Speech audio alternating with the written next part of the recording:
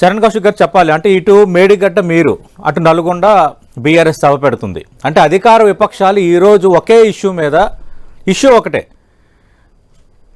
అంటే ఉమ్మడి ఆంధ్రప్రదేశ్లో కంటే గత 10 ఏళ్ళు ఎక్కువ నష్టం జరిగిందని మీరు మేము ఎలాంటి నష్టం చేయలేదు ఎవరితో లాలూచి పడలేదు రాష్ట్ర ప్రయోజనాలకే కట్టుబడి ఉన్నామని బీఆర్ఎస్ అంటే మరి ప్రజలు ఎవరు నష్టం చేస్తారని తెలుసుకోవాలి ఎవరి వల్ల లాభం జరుగుతుందని తెలుసుకోవాలి మీ అభ్యంతరం ఏంటి ఎక్కడ నష్టం చేశారని మీరు చేస్తున్న ఆరోపణ అంటే ప్రధానంగా నిన్న నీటిపారుదల శాఖ మంత్రి చాలా స్పష్టంగా చెప్పిండు సమైక్య రాష్ట్రంలో 44,000 క్యూసెక్ శ్రీశైలం నుంచి కిందికి ఆంధ్రప్రదేశానికి పోతే తెలంగాణ రాష్ట్రం ఏర్పడిన తర్వాత 92,600 క్యూసెక్స్ నీళ్లు ఆంధ్ర రాష్ట్రానికి పోతా ఉన్నాయి అనేది చాలా స్పష్టంగా ఆధారాలతో సహా చాలా స్పష్టంగా ఇరిగేషన్ శాఖ మంత్రి వర్యులు అదేవిధంగా ముఖ్యమంత్రి గారు చాలా స్పష్టంగా ప్రకటించిండు.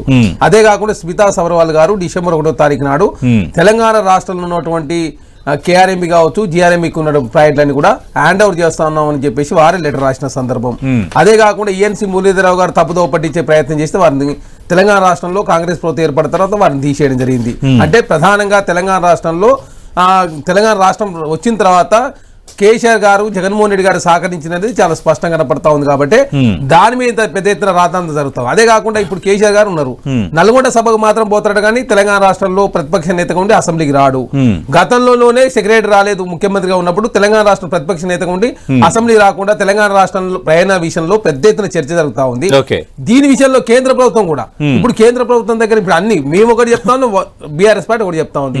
మరి భారతీయ జనతా పార్టీ కేంద్రంలో ఉన్నప్పుడు వారు కూడా అసలు ఏం జరిగిందనే విషయాలు వారు క్లారిటీ ఇవ్వచ్చు కదా. వారు కూడా క్లారిటీ ఇవ్వకుండా వాళ్ళు మౌనం వహిస్తా ఉన్నారు. ఈ మౌనం వహించడంతో ప్రధానంగా తెలంగాణ రాష్ట్ర ప్రజలంతా అయోమయానికి గురవుతారు. ఎందుకంటే ఇది కాంగ్రెస్ పార్టీ చెప్పింది కరెక్టా బీఆర్ఎస్ పార్టీ చెప్పింది కరెక్టా అనేది ఈ మధ్యలో పెద్దలు కన్ఫ్యూజ్ అవుతా ఉంటే భారతీయ జనతా పార్టీ నిమ్మకు నీనట్టుగా వ్యవహరిస్తా ఉంది అనేది చాలా స్పష్టంగా కనపడతా ఉంది. కాబట్టి ఈ విషయాల గురించి అంటే కాళేశ్వరంలో జరిగినటువంటి గతంలో ఆ కాలేజీలో ఏం జరిగిందనే విషయాన్ని తెలంగాణ రాష్ట్రంలో ఎమ్మెల్యేలంతా కూడా విజిట్ చేసి అక్కడ జరిగినటువంటి ఆ ప్రాజెక్టులో జరిగినటువంటి అవతల గురించి ఎక్స్ప్లెయిన్ చేసే ప్రయత్నం ప్రభుత్వం చేస్తా ఉంది. కాబట్టి దానిలో భాగంగా ఈ రోజు ఎమ్మెల్యేలంతా కూడా కాళేశ్వరాన్ని తీసుకుపోతా ఉన్నారు. అంటే చరణ్ కౌశిక్ గారు మీరు సెల్ఫ్ గోల్ చేసుకున్నారు అంటే ముందేమో బీఆర్ఎస్ ప్రభుత్వ హయాంలోనే మొత్తం నష్టం జరిగింది ఒప్పుకున్నారు అనే అంశాన్ని మీరు తెర ముందుకు తెచ్చారు. అయితే మీరు అధికారంలోకి వచ్చిన తర్వాత జనవరిలో జరిగిన మినిట్స్నే ఇప్పుడు బీఆర్ఎస్ తెర ముందుకు తెస్తుంది.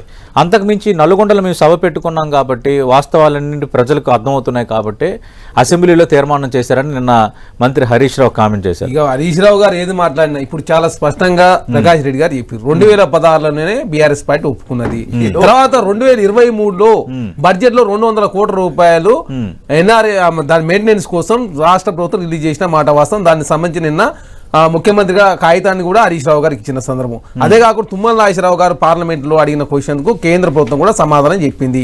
ఈ బీఆర్ఎస్ ప్రభుత్వం ఆ కాగితం కూడా బయటకు వచ్చింది చూసి గారు నామనాగేశ్వరరావు గారు అడిగిన ప్రశ్నకు వారు కూడా సమాధానం చెప్పిన ఆ కాగితాన్ని కూడా హరీష్ రావు గారు పంపిస్తే వారు దాని మీద సమాధానం చెప్పలేదు.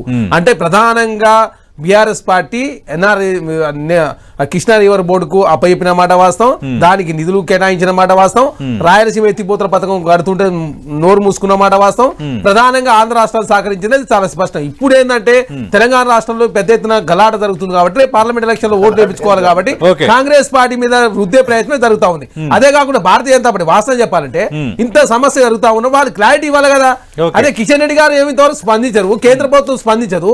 భారతీయ జనతా పార్టీ నాయకులు ఏకంగా కాంగ్రెస్ బీఆర్ఎస్ పార్టీ కొట్టుకున్నారు. రేపు లోక్సభ ఎలక్షన్ లో వారిద్దరి మధ్య ఫైట్ ఉండే ప్రయత్నం చేస్తున్నారని చెప్పేసి వారు మాట్లాడతారు. అంటే గెలిచిన వెంటనే ముఖ్యమంత్రి రేవంత్ రెడ్డి అలాగే నీటిపారుదల మంత్రి ఉత్తమ్ కుమార్ రెడ్డి కేంద్ర జలవనరుల మంత్రి గజేంద్ర సింగ్ షెకావత్ని కలిసి వచ్చారు. పాలమూరు రంగారెడ్డికి ఇంకా జాతీయ హోదా కుదరదు, ఇంకే ప్రాజెక్టులకు ఇవ్వట్లేదు, 2022 కొన్ని మార్గదర్శకాలు ఫిక్స్ చేసుకున్నాం, కర్ణాటకలో అప్పర్ భద్రకు కూడా జాతీయ హోదా వెనక్కి తీసుకుంటామని చెప్పిన తర్వాత కూడా తలూపు వచ్చారు, అది కూడా సాధించలేకపోయారు. ఇవన్నీ తెలిసే జరుగుతున్నాయి. రాజకీయం కోసం కూడా కాంగ్రెస్ మళ్ళీ దీన్ని తెర ముందుకు తెస్తుంది అనేది విపక్షాలు చేస్తున్నారు. సార్ ఇప్పుడు జాతీయ హోదా అంటే గతంలో 90% కేంద్ర ప్రభుత్వం అంటే 10% రాష్ట్ర ప్రభుత్వం. ఇప్పుడు ఏం కేంద్ర ప్రభుత్వం రూల్స్ వాళ్ళు ఏం చేశారంటే 60% భరిస్తాం, 40% రాష్ట్రాలు భరించాలని చెప్పేసి వాళ్ళు నిబంధన పెట్టుకున్నట. దాన్ని ఇప్పుడైతే మేము కేంద్రంలో అధికారులు ఇవ్వడం మేము మార్చలేము. కేంద్ర ప్రభుత్వం తోటి సఖ్యత మెయింటైన్ చేసి ముదిగాలు పోయి రాష్ట్రానికి రావాల్సినటువంటి నిధుల గురించి కావచ్చు, రాష్ట్రంలో సమస్యల గురించి కావచ్చు 3-4 దఫాలుగా పోయి ఇప్పటికి మేము పోయిన తర్వాతనే వేది పెట్టిన ప్లేయర్ సమస్య పరిష్కారం అయితే ఇప్పుడు కరీంనగర్ సంబంధించి రోడ్డుది కూడా విస్తరణ సంబంధించి కూడా ఇంకా పెండింగ్ ఉన్నది. అంటే కేంద్రంతో సఖ్యత మెయింటైన్ చేయకపోతే ఎట్లయితే కేంద్రం కేంద్రంలో భారతీయ జనతా పార్టీ ఉంది కదా, Okay. మేము కలవని చెప్తాం. మాది ప్రజాప్రభుత్వం కాబట్టి తెలంగాణ రాష్ట్ర ప్రయాణాల విషయంలో ఎలాంటి అంటే ప్రజల నుంచి వస్తున్న స్పందన కావచ్చు, ప్రతిపక్ష పార్టీ నుంచి ఉన్న దాని మీద కూడా కావచ్చు, Okay. ప్రధానంగా అసెంబ్లీ ఇంత పెద్ద ఎత్తున చర్చ, అదే కేసీఆర్ గారి నుండి చర్చ జరిగేదా? Okay. ఎప్పుడు చూసినా మీరు Okay. పోయి ఫస్ట్ స్థాయి సెకండ్ పాలమూరు రంగారెడ్డి జాతీయ హోదా లేనట్టే. జాతీయ హోదాని కేంద్ర ప్రభుత్వం ఇస్తలేదని చెప్పి వాళ్ళు చాలా స్పష్టంగా ప్రకటించారు. వాళ్ళు మేము నిబంధనలు మార్చుకున్నాం, 60% మాత్రమే భరిస్తా ఉన్నాం, Okay. 40% రాష్ట్ర ప్రభుత్వం భరించాలా, గతంలో 90% భరించేది కానీ మేము తీసేసినామని చెప్పేసి వారు చెప్పిన తర్వాత ఇప్పుడు మీరు మనం యాక్సెప్టెడ్ దానికి? దానికి ఏం చేయాలని చెప్పేసి రాష్ట్ర ప్రభుత్వం తరఫున Okay. ప్రతిపక్షాలతో మాట్లాడదామని చెప్పేసి Right. అసెంబ్లీలో చర్చిద్దామంటే ఈ ఇష్యూని డైవర్ట్ చేసే ప్రయత్నం జరుగుతా ఉంది కాబట్టి కదా దీని మీద ఇప్పుడు కాళేశ్వరం కూడా, ఎందుకంటే ప్రతిసారి కాళేశ్వరం ఇష్యూ వస్తా ఉంది. అసలు కాళేశ్వరంలో ఏం జరిగిన విషయాన్ని ఎమ్మెల్యేలకు తెలియకపోతే అని చెప్పేసి Okay. రాష్ట్ర ప్రభుత్వం కార్యక్రమం తీసుకుంటే దానికి బీఆర్ఎస్ పార్టీ నాయకులు ఆల్టర్నేటివ్ కార్యక్రమం తీసుకుంటారు. ఇప్పుడు ప్రధాన ప్రతిపక్ష నేత ముందు అసెంబ్లీ వాళ్ళు తీసుకున్నారు, మీరు తీసుకున్నారు, వాళ్ళు లే, ప్రకటించారు మేము 13వ తారీఖు నల్గొండ అసెంబ్లీ ఇంత సభ వేడి పెట్టుకుంటామని మీరు కదా ముందు. మేమేమంటా ఉన్నాం, BRS అసెంబ్లీ ఇంత వేడి ప్రకటించింది. జరుగుతా ఉంటే Okay. కృష్ణా వాటర్ మీద కావచ్చు, గోదావరి వాటర్, Okay. ప్రధాన ప్రతిపక్ష నేత రావాలి కదా సభకు. Okay. ప్రధాన ప్రతిపక్ష నేత ఏమో సభకు రాడు. Okay. భారతీయ జనతా పార్టీకి ఏమో అసలు వాళ్ళ ఫ్లోర్ లీడర్ ఎవరో వాళ్ళకి తెలియదు, అసలు ఫ్లోర్ లీడర్ నియమించుకోలేదు. ఈ సమస్య భారతీయ జనతా పార్టీ ఏమో నిమ్మక నేతతో వ్యవహరిస్తా ఉంది, బీఆర్ఎస్ పార్టీ ఏమో దాని మీద clarity ప్రతిపక్ష నేత ఇచ్చారు ప్రకాష్ రెడ్డి రాకపోవడంతో గారు. ప్రధాన సమస్య ఎదుర్కొంటా ఉంది కదా. Okay, okay.